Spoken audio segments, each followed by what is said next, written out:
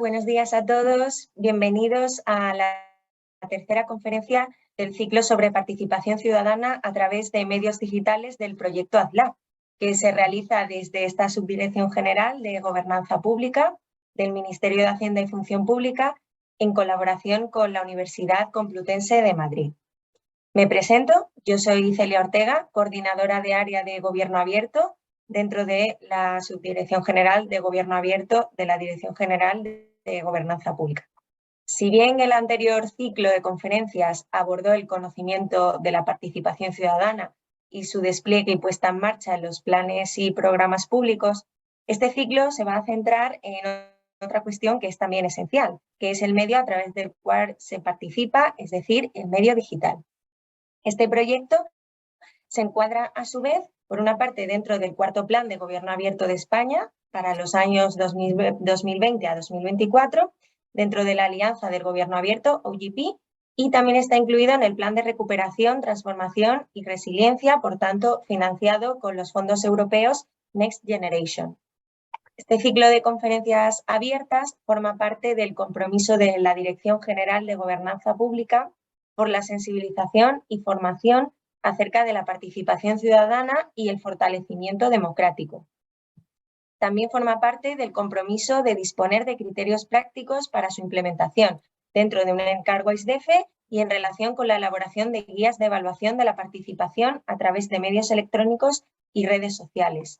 Se trata de un ciclo que consta de 5 conferencias donde van a participar expertos y expertas en la materia compartiendo sus experiencias concretas. Todas las aportaciones, que sin duda van a resultar de gran interés y utilidad, van a quedar disponibles a través del espacio colaborativo de AZLAB.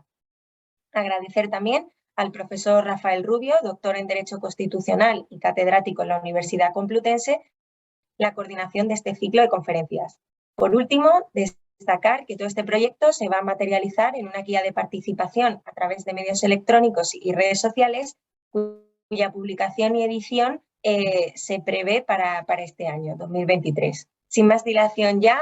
voy a dar paso a Ana Ibar, directora de Comunicación del Consejo de Transparencia y Participación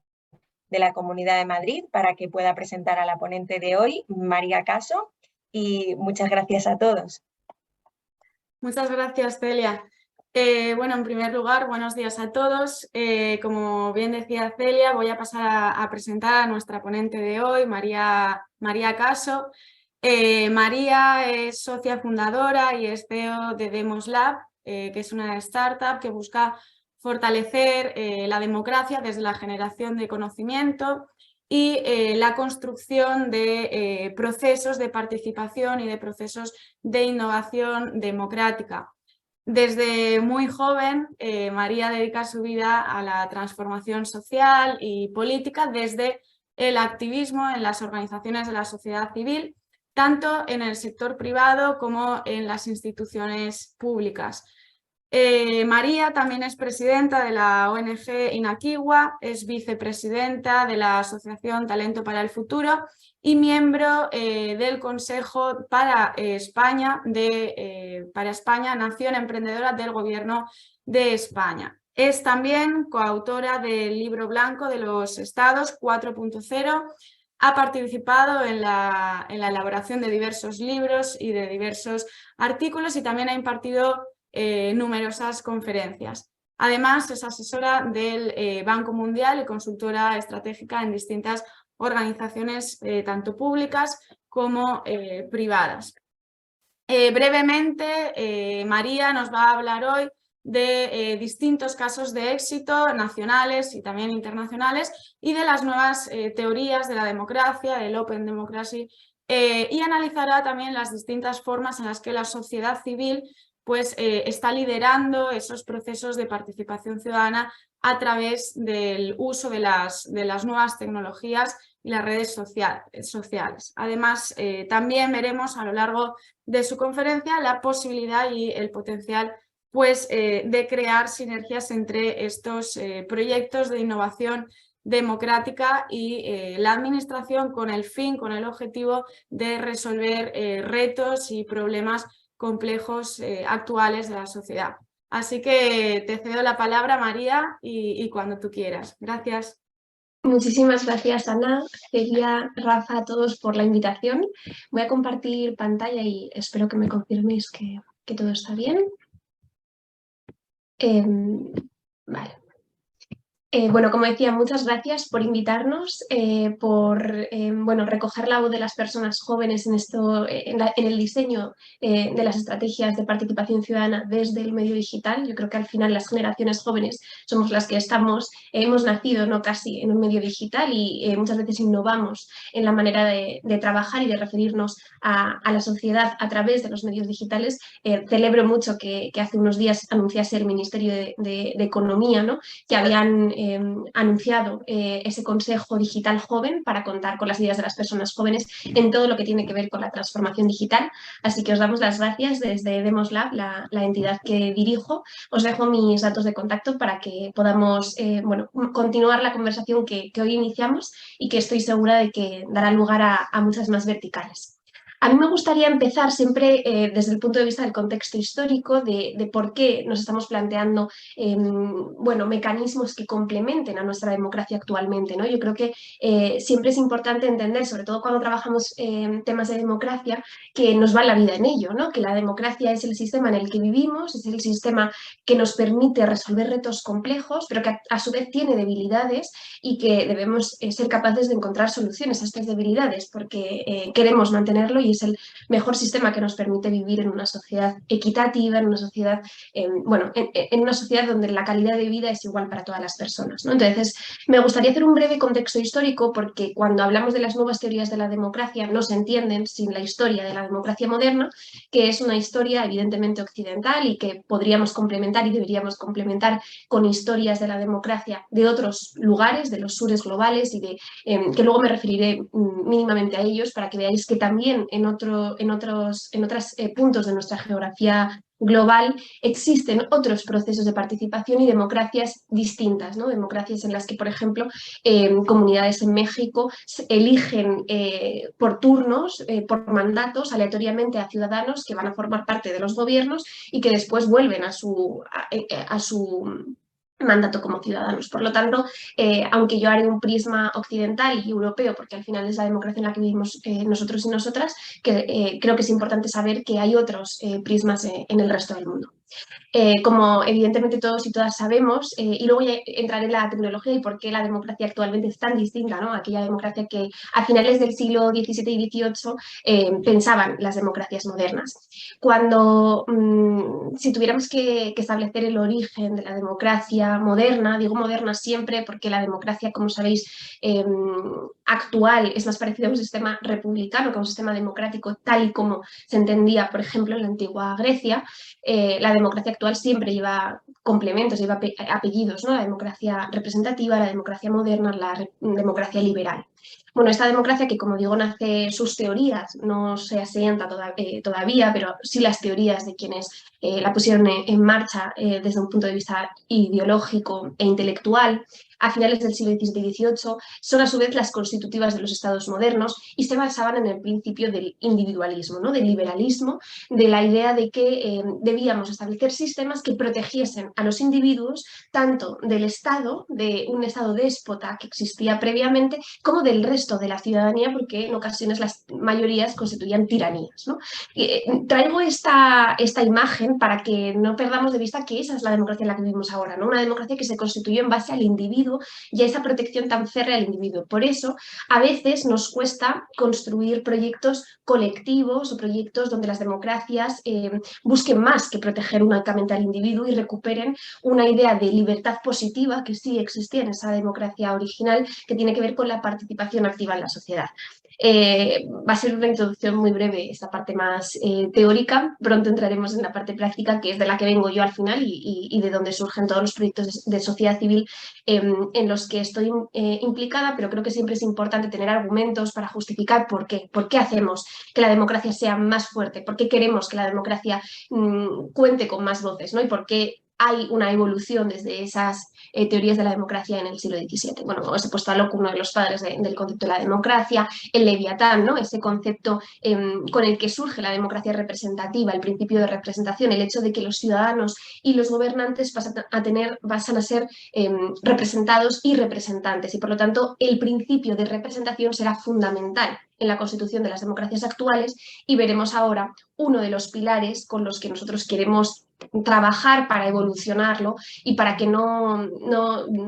para que haya mecanismos de complementariedad de esa representación. En ese momento en el que la democracia se define como una democracia representativa, lo que en realidad se está dando es una divergencia entre la titularidad del poder y el ejercicio del poder, ¿no? La titularidad siempre la va a tener el pueblo, la soberanía popular, las personas, las tenemos todos y todas, pero se produce una divergencia entre esa titularidad y el ejercicio. Y de alguna manera, ahora lo veremos, las nuevas teorías de la democracia lo que caminan es hacia abrir esa definición tan férrea de representación y a que se sumen nuevas miradas y que de alguna manera incluso nos atrevamos a que determinadas preguntas se puedan hacer de manera directa sin mediación de la representación. Por ejemplo, la teoría política que está detrás de los referéndums. Bueno, evidentemente esas democracias occidentales que tenían una fuerte base individualista en sus orígenes se van complementando, y uno de los grandes teóricos es Habermas, ¿no? Pasamos de una democracia de mínimos y toda la teoría de la democracia electoral de Schumpeter a una democracia complementada, una democracia donde debe haber deliberación, ¿no? Y todas las teorías de Habermas y de otros autores, que lo que se dan cuenta es de que, bueno, la democracia liberal, únicamente aquella que te pregunta cada 4 años qué gobierno quieres y que se desentiende de la participación ciudadana el resto del tiempo, bueno, pues es una democracia más débil que seguramente no será capaz de gestionar las tensiones sociales en el momento en el que estas surjan. En la actualidad, y ya nos vamos a lo que nos compete ahora mismo, en la actualidad vivimos en un escenario de crisis de esta democracia representativa. Es un escenario en el que hay muchos datos que revelan una situación de tensión, ¿no? La desafección profunda. Nosotros hicimos una macroencuesta a los jóvenes que respondieron más de 45.000 y que después presentamos en el Congreso de los Diputados, y vimos como había un 96% de las personas jóvenes que no se sentía representada, ¿no? Por eso la idea de la representación es tan importante por quienes les gobernaban. Lo vemos en los niveles de abstención. El pasado domingo, entre 3 y 4 personas de cada 10 no fueron a votar. Es decir, que quienes acaban saliendo elegidos en realidad son los que representan al 20% de la población. Un gobierno actualmente puede tener una mayoría con un 20% de la población habiéndolos votado directamente, ¿no? Estos niveles de abstención llegaron incluso a cotas dramáticas en las personas jóvenes, que es evidentemente lo que a mí me genera mayor preocupación, ¿no? Porque somos las nuevas generaciones las que vamos a tener que sostener este sistema. En Francia, en las primeras vueltas, solo 1 de cada 3 jóvenes votó. Y por lo tanto es innegable que vivimos en un contexto de crisis de la democracia representativa, ¿no? También vivimos en un contexto de crisis de la democracia representativa cuando vemos que en los procesos legislativos prácticamente la totalidad del proceso, entre el 80 y el 85% del proceso legislativo, cuenta con injerencias o con complementos del sector privado. Hablo privado, pudiendo ser corporaciones como los sindicatos, la patronal, otros lobbies, pero prácticamente es residual la participación ciudadana en esa elaboración de las políticas públicas, de tal manera que estamos construyendo democracias de millones de personas, que esa es la gran diferencia evidentemente con esas democracias antiguas, pero estamos construyendo democracias de millones de personas contando poco con esa gran mayoría de ciudadanía. Pero aquí surge, evidentemente no nos vamos a quedar en el contexto de crisis. Esta autora, Helen Longmore, es la autora del concepto de la democracia abierta. Ella lo que pone en cuestión, esa democracia deliberativa que os contaba que era ya una evolución y que proponía crear un espacio público, una esfera pública donde la ciudadanía pudiera debatir, ¿no? Y su opinión formada se tuviese en cuenta a la hora de elaborar políticas. En realidad, cuando Habermas y otros autores proponen esa democracia deliberativa lo hacen de alguna manera como continuación de la representativa. Y ella lo que pone en cuestión es que realmente democracia representativa y deliberativa necesariamente tengan que ir de la mano. Ella lo que considera es que es una contingencia histórica que se haya producido de esta forma, y lo que apela es a que seamos valientes y a que indaguemos de una manera científica, basada en datos y en evidencias, indaguemos otras formas de participación que en momentos puntuales puedan dejar de lado la representación y pasar a la deliberación y a la apertura, ¿no? Por eso el Open Democracy, el término que ella utiliza. Por supuesto, no aboga por eliminar el concepto de la democracia representativa, simplemente, de nuevo, es un complemento que en momentos puntuales sea capaz de trascenderlo. Por ejemplo, es la teoría política que está detrás de las asambleas ciudadanas, que cobran sentido cuando son vinculantes, y ahora hablaremos de ello, ¿no? Porque en esas asambleas ciudadanas, cuando se pregunta a la ciudadanía qué opinión tienen con respecto a un tema, por ejemplo, también en un referéndum, la idea es que las respuestas deben ser vinculantes. Por eso decimos que no hay un principio de representación mediando la relación, pero, de nuevo, podría haberlo. Y a lo que pone en cuestión es que sea necesariamente una cuestión que no pueda existir la una sin la otra. Por lo tanto, en el fondo, lo que está proponiendo es un modelo de democracia utópica, pero a la vez realista, porque no hablamos de una democracia directa, que sí es lo que había en las democracias atenienses de 6.000 habitantes, ¿no? Estamos hablando de 46 millones en el caso de España, 46-47 millones, por lo tanto, estamos hablando de otros mecanismos que sí permitan acercar esa titularidad y ese ejercicio del poder. Vale, voy a ir avanzando. ¿Por qué la propuesta de la Open Democracy y la propuesta de avanzar y abrir otros procesos de participación y el uso de la tecnología en los mismos? Bueno, porque además de que el concepto individualista que yo os contaba al principio, que constituyó las primeras teorías de la democracia, se está abriendo, entendemos que ya no somos yos independientes, individuales, que generan conexiones unos con otros, sino yos relacionales. Hay un gran medio que está permitiendo esa ebullición del yo relacional, que está permitiendo toda esa serie de dependencias que nos conectan y que permite, bueno, que construyamos mundos distintos, que es la tecnología, evidentemente. Aquí me gustaría, voy a avanzar un poco para, vale.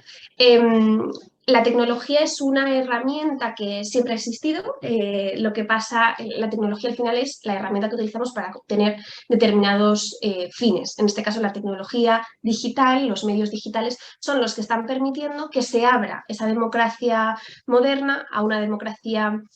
abierta como la que os estaba contando. Antes de entrar en algunos ejemplos concretos e internacionales como veis aquí, después nacionales, que al final yo creo que son muy interesantes que conozcamos para poder replicar,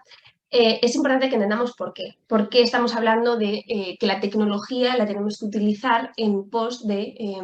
abrir la democracia? Bueno, además de porque es legítimo en la democracia que la participación ciudadana sea la base, siempre se define la democracia como la independencia del poder judicial, de los tres poderes, como la independencia de los medios de comunicación, pero un gran pilar de la democracia es la participación ciudadana. La tecnología lo permite a gran escala, pero no solo por eso, sino por el contexto de crisis ecosocial que vivimos actualmente, ¿no?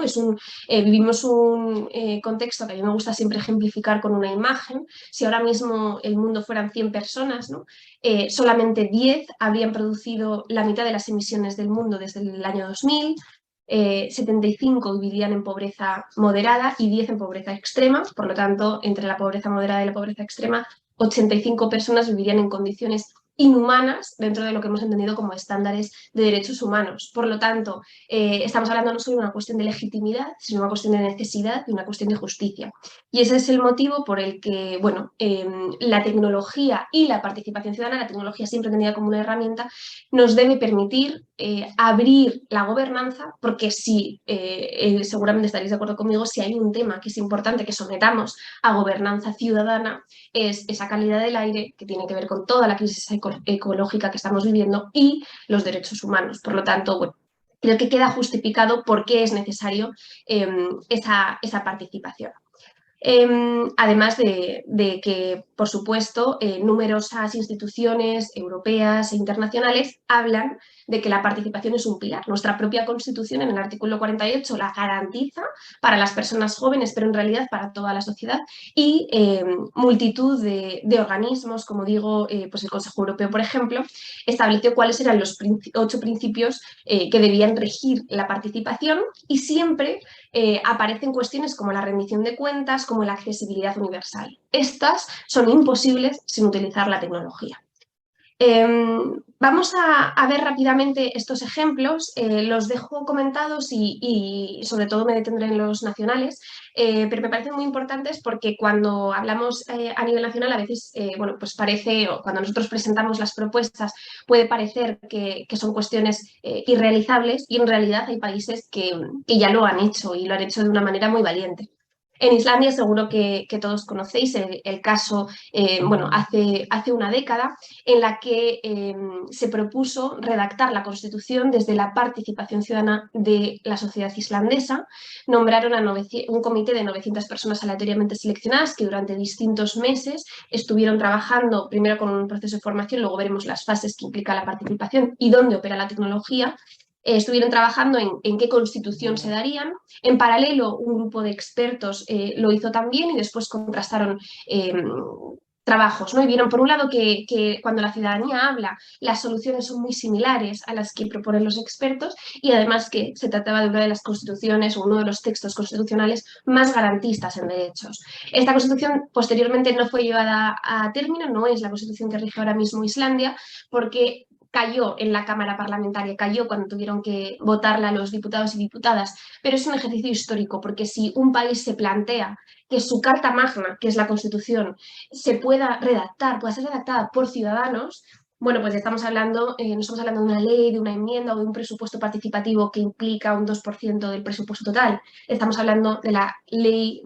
ni siquiera es una ley, ¿no? De la Carta Magna de un país, y ese ejemplo islandés es uno de los que trabaja Helen Lindmark, la autora que os comentaba antes,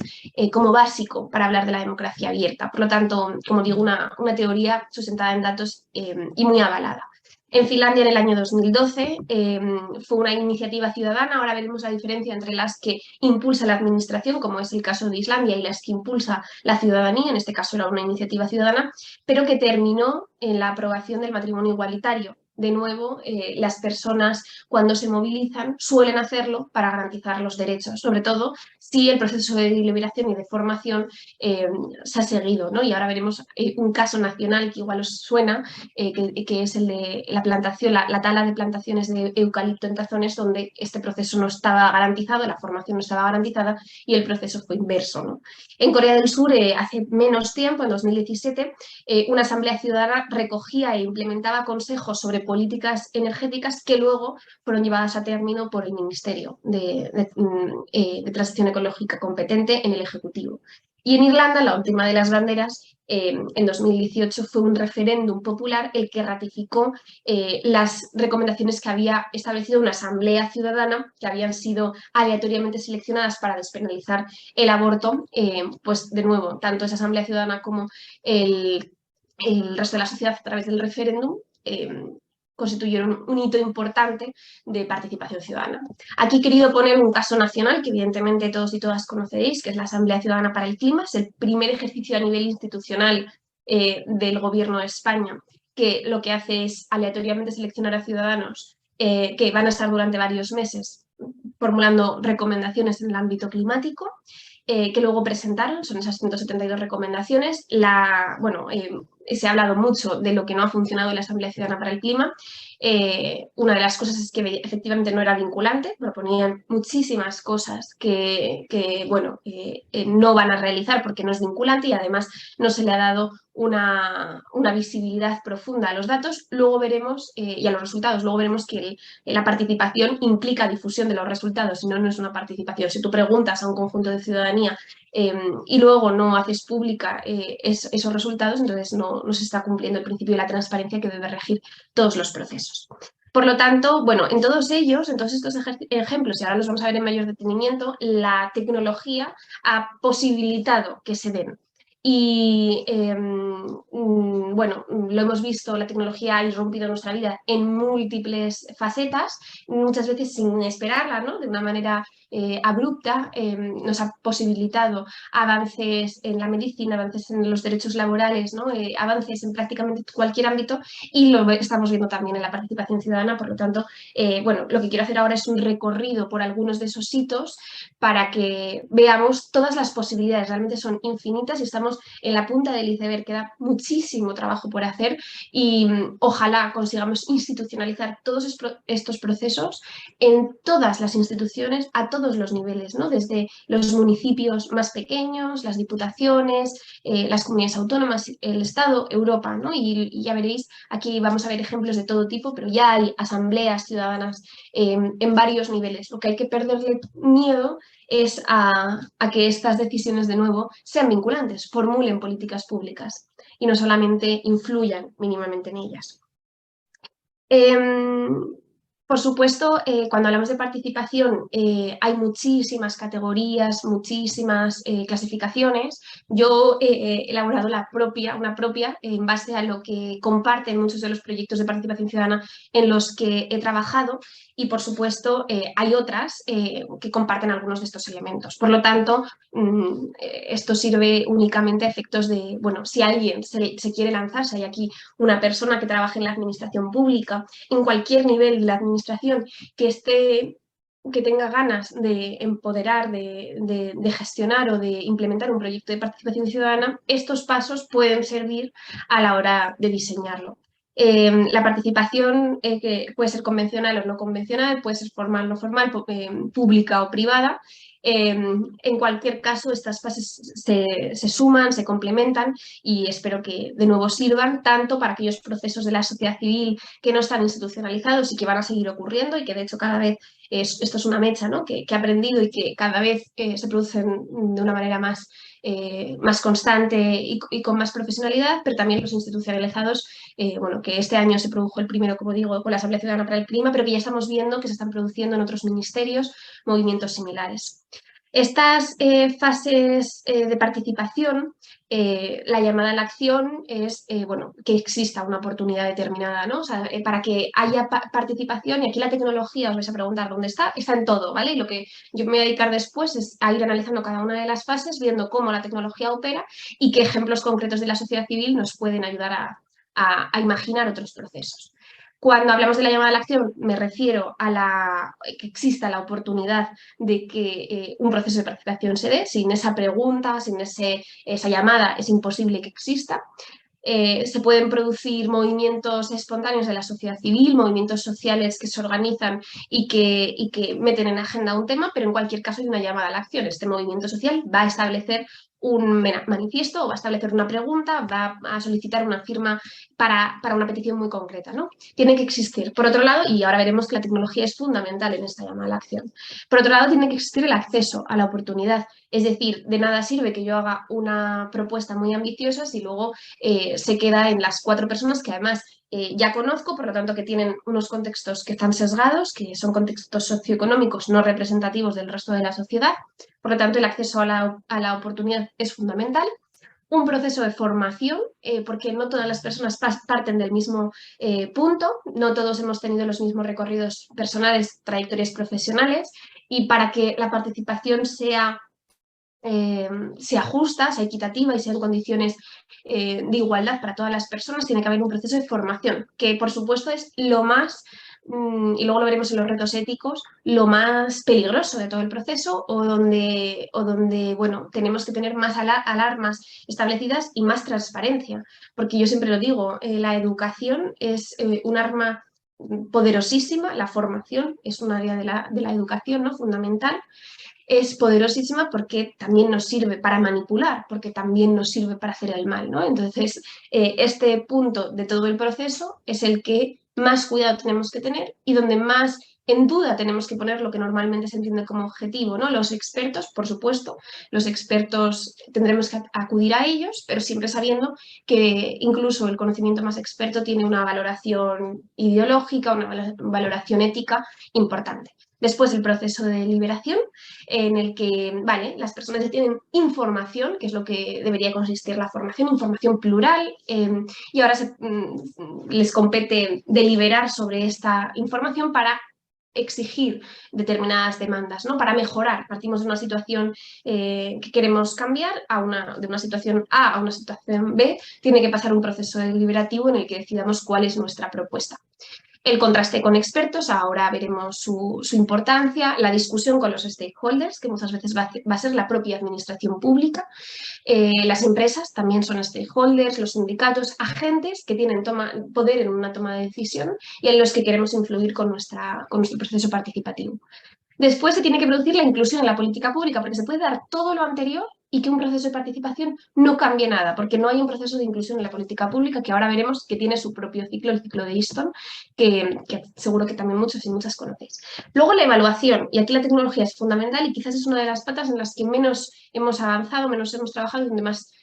hace falta que seamos creativos a la hora de llevarla a cabo. Y por supuesto la difusión, como ya decía antes, de nada sirve que se produzca un proceso participativo si no estoy dando a conocer esas opiniones, porque el poder también es el poder mediático y es el poder de quien es capaz de narrar una historia y es quien es capaz de establecer una determinada historia. Por eso yo también empezaba al principio hablando de historia. Para mí es muy importante entender desde dónde hablo yo, que es un lugar concreto y es un lugar que puede no ser universal y que de hecho no lo es, evidentemente, y creo que es muy importante establecer esos lugares comunes, esos sesgos que cada uno aportamos y llevamos en nuestra mochila porque es nuestra identidad, y es muy importante también en un proceso de participación esa transparencia con esos sesgos. Vamos a ir viendo una a una, pero de una manera muy ágil, a través de ejemplos para que podamos hacernos una idea. Cuando hablaba de la llamada a la acción, evidentemente tiene que existir una petición concreta que movilice a la ciudadanía. Y esta petición no hay mejor lugar que el mundo digital para hacerla, ¿no? Porque si tú haces una pregunta en un auditorio que está conformado por las 50 personas que has conseguido convocar, que ya sería un aforo muy grande, esa participación solo está abierta a 50 personas. Pero si tú lo haces en la plaza digital, en la plaza pública digital, en realidad lo estás haciendo a la gran parte de la sociedad, ¿no? Luego veremos que evidentemente hay estrategias para que trasciendan los muros de nuestras redes digitales más cotidianas. Este es un ejemplo de proceso participativo sin precedentes en el que la llamada a la acción se realiza a través de las redes sociales. Fue una encuesta, la mayor encuesta que se ha hecho en democracia a las personas jóvenes, como digo, más de 45.000 personas participaron. Parece mentira, pero no es lo mismo una encuesta de participación, parece mentira que tenga que decirlo, pero muchas veces nos lo dicen, no es lo mismo una encuesta de participación ciudadana en la que se busca saber qué piensan, qué quieren, qué deseos de futuro tienen, por ejemplo, las personas jóvenes, que una encuesta del CIS en la que se nos pregunta por determinadas datos de información de cuáles son tus preocupaciones para hacer una encuesta cuantitativa sobre las percepciones sociales. No es lo mismo, la participación implica una pregunta en la que hay un poder implícito para cambiar cosas. Y este es un ejemplo, os voy a poner muchos a lo largo del día, algunos en los que nosotros hemos liderado y otros en los que han liderado otras entidades, para que veamos ejemplos, ¿no? A partir de aquí, y luego lo veremos en otro de ellos, surgieron muchas cosas, porque por un lado hubo un compromiso de todas las fuerzas parlamentarias con la agenda de los jóvenes y por otro lado hemos replicado la iniciativa a nivel autonómico, también con una gran vocación formativa, divulgativa, porque pues hay mucho desconocimiento sobre qué competencias tiene el Estado, cuáles las comunidades autónomas. Y todo esto es responsabilidad nuestra. En realidad es responsabilidad de la administración. Es más, yo diría que es responsabilidad de la educación. Y una de las grandes medidas que salieron en esta encuesta y que nosotros reivindicamos constantemente es ese pacto de Estado por la educación. En realidad, no necesitaríamos hacer todo esto y, por supuesto, lo seguiremos haciendo el tiempo que haga falta, pero la educación básica, la educación obligatoria, la educación pública, debería ser quien garantizase esa llamada a la acción, quien estuviese constantemente realizando llamadas a las acciones a sus estudiantes. De hecho, nosotros hicimos un proceso en Melilla súper interesante en el que cogimos a una clase de cuarto de la ESO y la pusimos a compartir con una consejera de Igualdad, de Educación, de Cultura, del gobierno de la ciudad de Melilla cuáles eran las preocupaciones que tenían. Y los propios alumnos, los propios profesores se sorprendían de las respuestas y decían, bueno, yo no sabía que tenía unos alumnos con tantísimo nivel y con tantísimas preocupaciones y una voz pública tan clara, ¿no? Bueno, pues es muy importante que desde el primer paso, en este punto en el que estamos de llamada a la acción, de las fases de la participación, lo incorporemos en la educación y nosotros no tendremos que existir en la medida en la que esto esté garantizado para todas las personas. Mientras tanto, seguiremos haciendo proyectos de participación para que cada vez más personas lleguen a estos procesos. Una cosa es que exista la oportunidad y otra cosa es que la gente, y esto ya lo veíamos antes, pueda acceder a la misma. Esto es algo de lo que nos hemos dado cuenta a raíz de las primeras encuestas. En las primeras encuestas veíamos que había una sobrerepresentación de todos los territorios urbanos, de Madrid, de Barcelona, de Valencia, y que había una infrarrepresentación de lugares del mundo rural, de personas sin estudios, de personas en situaciones socioeconómicas de mayor vulnerabilidad. Bueno, te das cuenta, y esto no solo nos pasaba a nosotros en los primeros procesos de participación, sino que incluso analizando un gran proceso de participación que también conoceréis muchos, que fue la conferencia sobre el futuro de Europa, que tuvo lugar el año pasado en Europa, para preguntarle, sobre todo a las generaciones más jóvenes, pero a toda la ciudadanía, cómo querían que fuera la Europa de los siguientes 10, 20 años. Bueno, pues cuando veíamos quién había participado, incluso en un proceso público de estas características, donde había cientos de miles de personas participando en una plataforma multilingüe, bueno, pues la gran mayoría, fijaos, casi más del 60% eran hombres, como mujeres se identificaban un 20-30%, luego había un porcentaje que no se identificaba y podemos entender que se repartía en todos estos, de tal manera que por cada mujer había 2 o 3 hombres participando, lo cual nos quiere decir no solamente las dificultades que siguen existiendo a día de hoy para compatibilizar la participación con todas las demás exigencias sociales que todavía asumen las mujeres, sino que es que además el resultado va a ser un resultado sesgado, por el mismo motivo que yo os decía antes, que yo os cuento de dónde parto, ¿no? De mi historia o de la historia de la que parten todas estas, o de la que beben todas estas teorías de la democracia. Porque quien habla, quien tiene la capacidad de llegar a los puestos de toma de decisión, y por eso es muy importante que la representación se habla, es quien es capaz de establecer la historia. Y cuando vemos que el futuro de Europa lo estaban estableciendo muchos más hombres que mujeres, nos planteamos si esa va a ser una Europa que va a seguir perpetuando las desigualdades de género o va a ser una Europa equitativa, ¿no? Y esto como una anécdota muy, muy rápida para que os hagáis una idea de la importancia de la representación y la importancia de que ampliemos las miradas desde las que hablamos y trabajamos. Cuando yo con 17 años me cuentan en el colegio que en paralelo a la Revolución Francesa, la Revolución Francesa que recuerdo terminó la Declaración de Derechos del Hombre y del Ciudadano. No se entendía hombre como sociedad total, sino hombres.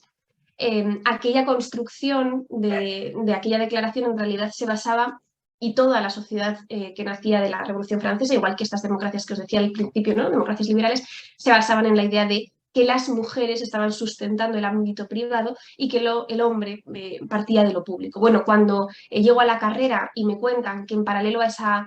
Revolución Francesa había habido una revolución de las mujeres, que en realidad mientras los hombres exigían los derechos del hombre y del ciudadano, las mujeres ya estaban exigiendo que se las incorporara, que no estaban en las cocinas, de repente te das cuenta de que la historia que te han venido contando siempre, siempre protagonizada por hombres, en realidad no es la historia universal, es la historia masculinizada. Por eso es muy importante que todas las miradas estén, y por eso es tan importante que cuando hacemos procesos de participación prestemos muchísima atención a quién está participando, ¿no? Así hay igualdad de acceso a la participación, porque las respuestas entonces van a ser o no representativas. Y otro ejemplo muy rápido, os comparto que esto es un caso que no es nuestro, que nos compartió en una conferencia el director del Espacio Telefónica, que nos contaba cómo hicieron un proceso para formar a chicos y chicas en tecnologías, en nuevas tecnologías, el campus digital que tienen en la Fundación Telefónica, y en la primera edición, que era abierto a todos, la participación de las mujeres fue minoritaria, muy, muy minoritaria. Sin embargo, y además, bueno, quedaron plazas vacantes, no se llegó a llenar ni con hombres ni con mujeres. Al año siguiente decidieron que hacían solo una cohorte para las mujeres, hacían solo un proceso formativo de participación y de aprendizaje en tecnología para mujeres, y no solo es que se llenó, sino que hubo una lista de espera enorme, para que nos demos cuenta de que incluso en ese acceso a la participación, la forma en la que nosotros lo hagamos va a determinar quién participa. Y si vemos que solo estamos llegando a un determinado perfil de personas, por ejemplo, solo estamos llegando a personas de la ciudad o solo estamos llegando a personas con estudios superiores, habrá que plantearse si en la propia formulación estamos sesgando para que haya determinados colectivos que directamente ni se sientan llamados a ello y por lo tanto no van a tener un acceso equitativo, ni a lo mejor ni siquiera lo entiendan. Por lo tanto, el siguiente paso, donde la tecnología también juega un factor fundamental, es la evaluación de esa base de datos a la que estamos accediendo y tener muy claro que la participación no solo cuesta dinero, es decir, una vez tú decides que quieres que una persona participe, y si ya son 100, no te cuento más, esa participación va a implicar dinero, porque va a implicar dietas, porque va a implicar el perdien del día o el traslado, porque si no eres capaz de garantizar esa participación y ese presupuesto por persona, entonces solo van a participar las personas con recursos. Y esto es una conclusión a la que llegamos, y os digo, bastante pronto cuando te pones a analizar quién había participado. Este es otro ejemplo o dos ejemplos distintos de cómo se puede revertir esa situación de perpetuar una desigualdad en el acceso a la participación. El primero, el máster de innovación social que sacó Playground hace unos años, en el que bueno, se propusieron, en lugar de hacer un máster que cueste 3.000 o 4.000 o incluso 10.000 euros, porque hay másters que cuestan eso actualmente a cualquier ciudadano que quiera cursarlos, que son prácticamente necesarios para cualquier acceso al mundo laboral. Bueno, pues en lugar de tener que pagar eso y llegar a un número limitado de alumnos, ¿por qué no lo abrimos? Y de hecho, de eso va la democracia abierta, ¿no? De abrir las oportunidades. ¿Por qué no lo abrimos y hacemos que puedan entrar 10.000 personas costando 10 euros? Fue un éxito. No solamente se llenó el máster con más de 10.000 personas, sino que se pudo repetir durante varias ediciones. Y el máster de innovación social era un máster con un nivel de personas que intervenían y de participantes también, por la motivación que implicaba, porque había perfiles de todo tipo.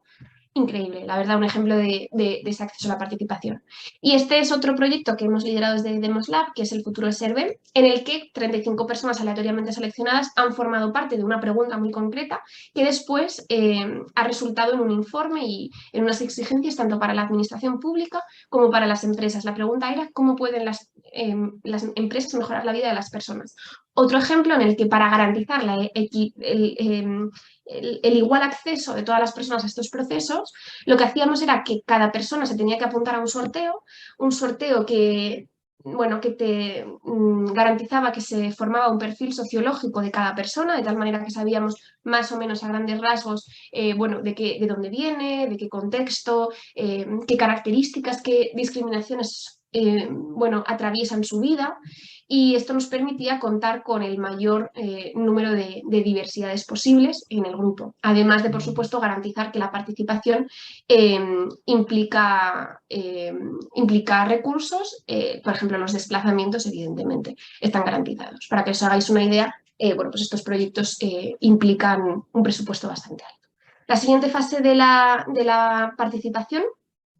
es la formación y, como ya os decía antes, es una de las fases más importantes y una de las fases en las que más tienes que preguntarte por qué estás dando este determinado tema, quién lo va a dar, de qué manera garantizas la imparcialidad, ¿no? Y aquí es muy importante intentar ser lo más objetivos posible, sabiendo que la objetividad es imposible, intentar situar todos los elementos del debate en la mesa y que sean las personas las que elaboren sus opiniones sobre ese debate y poder desarrollar ese pensamiento crítico. Evidentemente, también en la formación es muy importante el papel de la tecnología. Y aquí os he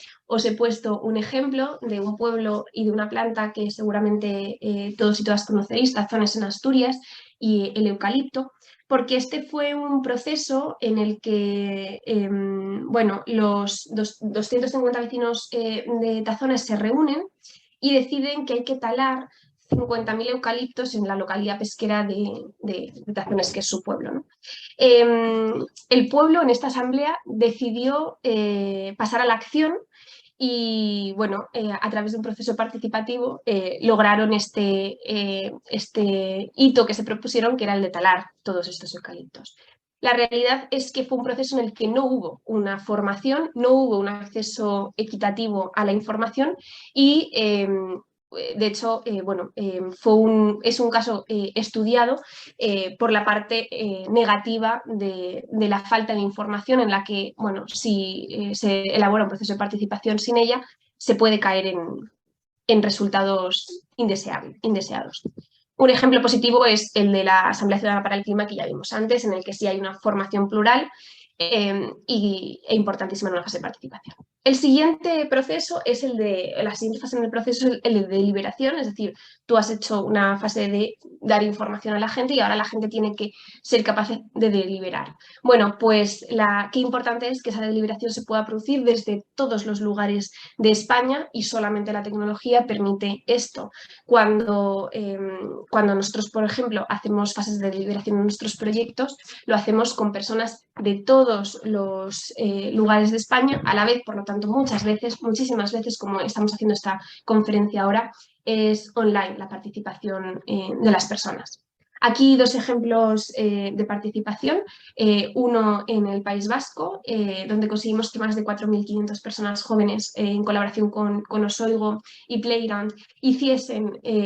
formasen parte de la construcción de las políticas públicas en Euskadi,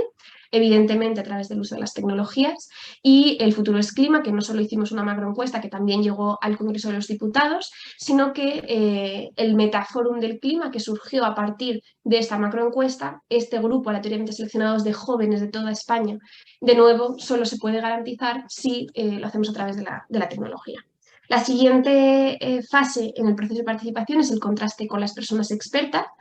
Y esta es una fase que es distinta a la de formación, en este caso sobre las bases de las propuestas ciudadanas.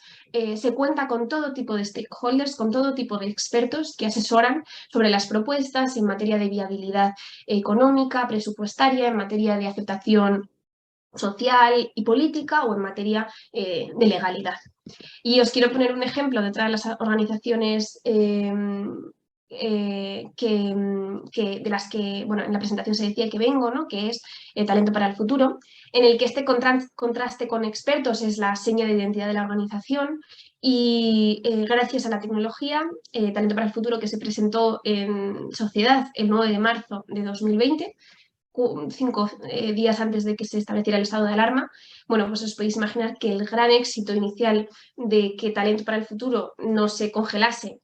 4 o 5 días después del estado de alarma era precisamente que lo hiciéramos a través de las tecnologías. Os diré que en la primera reunión lanzaron un vídeo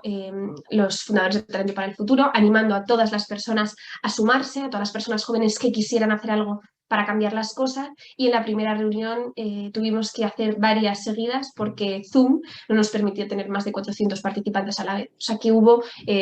un boom de personas jóvenes que durante 9 meses, todos los meses de la pandemia y de la desescalada, estuvieron co-creando el Pacto Intergeneracional por el Futuro, que luego hemos presentado a todos los niveles de la administración y que contó con esa importante fase de contraste de expertos, con expertos de muchísimas instituciones, más de 100 instituciones, y que logró llegar a manos de la vicepresidenta Nadia Calviño, de la vicepresidenta Teresa Rivera, y que bueno, no solamente tenía el desarrollo de más de 100 propuestas, sino policy papers que desarrollaban en profundidad cada una de ellas. De nuevo, desmontando el mito de que las personas jóvenes solo salimos a quejarnos, las personas jóvenes lideramos las manifestaciones en las calles, lideramos las luchas, por ejemplo, contra el cambio climático. De hecho, no estamos despolitizadas. Cuando se dice que las personas jóvenes tienen una desafección profunda con la participación política, es distinto que estar despolitizadas, lo que no se sienten es representadas, pero lideramos, como podéis ver aquí, propuestas y llevamos a la mesa planes de actuación muy concretos con indicadores específicos para garantizar que esa Agenda 2030 de la que tanto hablamos y que ya puedo adelantar que como entiendo que coincidiremos muchos, es imposible que lo logremos en 2030, bueno, pues las personas jóvenes estamos poniendo todo de nuestra parte y este es un ejemplo. Después de que ya tenemos las propuestas deliberadas y contrastadas con expertos, aunque la voz última siempre es de la ciudadanía, los expertos únicamente asesoran, se produce la discusión con los stakeholders, ¿no? La discusión con aquellos en los que queremos influir Y normalmente en nuestros casos son procesos de participación que culminan influyendo en la administración pública o en las empresas o otras organizaciones, corporaciones que defienden intereses de empresas o de sindicatos. Otros dos ejemplos donde la tecnología ha permitido que se produzca esa difusión o ese contraste y esa incidencia política con los stakeholders. En el primer caso tenemos el proceso que culminó en la enmienda de la ley Crea y Crece,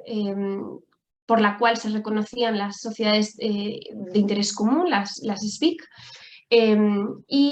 fue un proceso muy largo que implicó la participación ciudadana a través de la recogida de firmas, la adhesión a manifiestos y aquí un ejemplo de cómo la tecnología en ese momento de discusión con los stakeholders jugó un papel fundamental porque implicó una mayor participación, una mayor presión social y además porque se hacía en directo, gracias a las tecnologías que nos permiten difundirlo, el mismo día del acto en el que se presentaban las firmas recogidas por la Fundación Vilab y todo el movimiento Bicor, ese mismo día el portavoz del Grupo Parlamentario Socialista que representa al partido del gobierno al partido mayoritario dentro del gobierno, pues anunciaba que efectivamente esa recogida de firmas había servido para algo porque se incorporaba una enmienda. Es un ejemplo perfecto de lobby en el que de nuevo la tecnología es fundamental en el proceso de incidencia con las instituciones. Y este otro ejemplo, de nuevo con la Secretaría de Estado de Participación de Digitalización e Inteligencia Artificial, en la que se le trasladan las propuestas del Metaforum de las empresas con propósito que os compartía antes.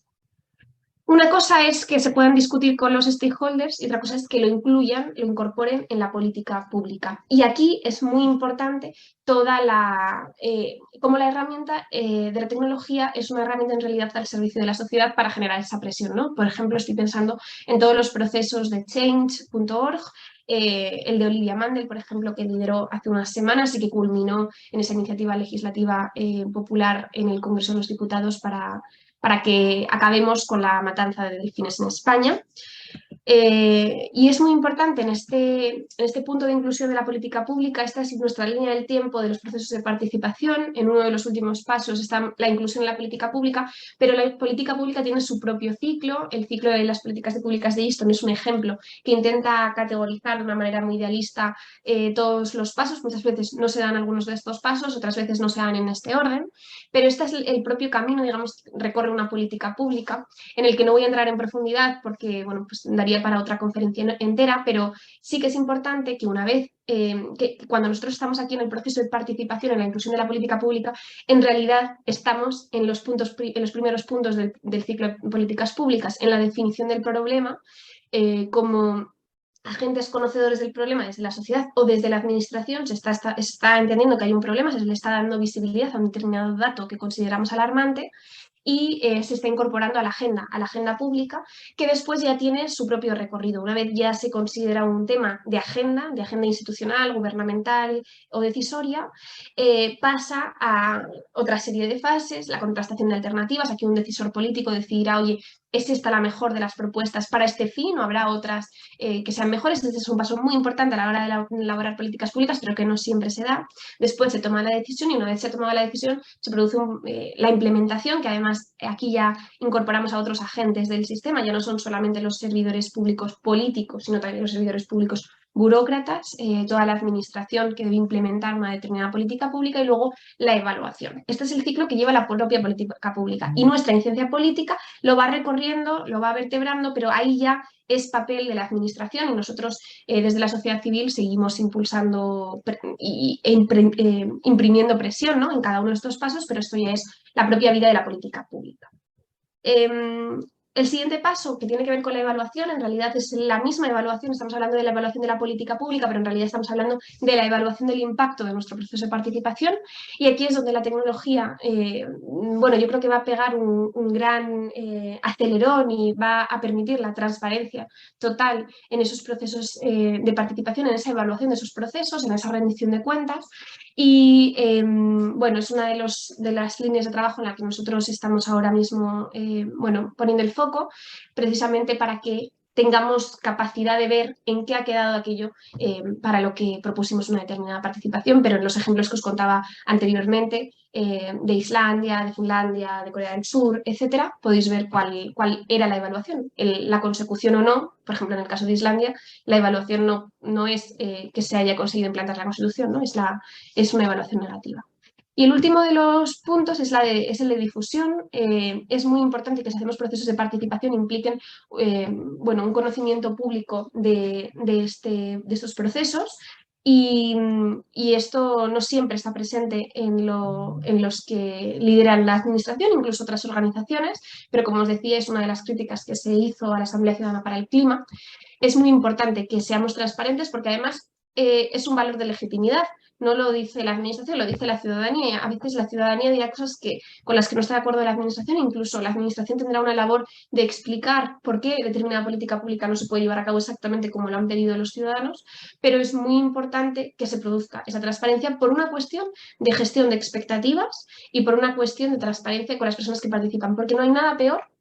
que conseguir que la gente participe y quitarle esa ilusión, porque vean que con lo que su tiempo, que es lo más valioso que tenemos todos y todas en la vida, no ha servido para nada. Es muy importante que no se vea como una inversión de tiempo de la persona que luego no va a tener ningún tipo de impacto. Aquí un ejemplo, de nuevo, de cómo gracias a la tecnología, a la difusión que hicimos a través de las redes sociales, a los medios de comunicación, el impacto mediático que tuvo la primera encuesta, que abrió telediarios durante varias semanas,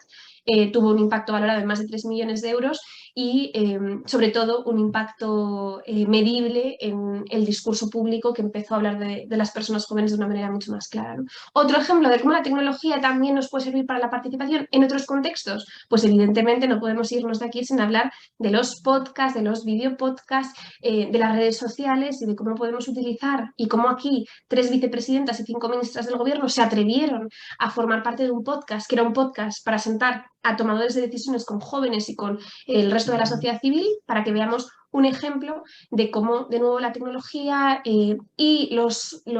lenguajes que utiliza la sociedad actualmente se pueden utilizar para, bueno, hablar de temas relevantes desde la profundidad, desde la pluralidad, desde la disidencia, porque muchas cosas no estaremos de acuerdo, pero es nuestra responsabilidad que las redes sociales no sean un agente polarizante, sino un agente de consenso, y generar estos espacios es importante para ello, ¿no? Fue un podcast que lanzó Playground en colaboración con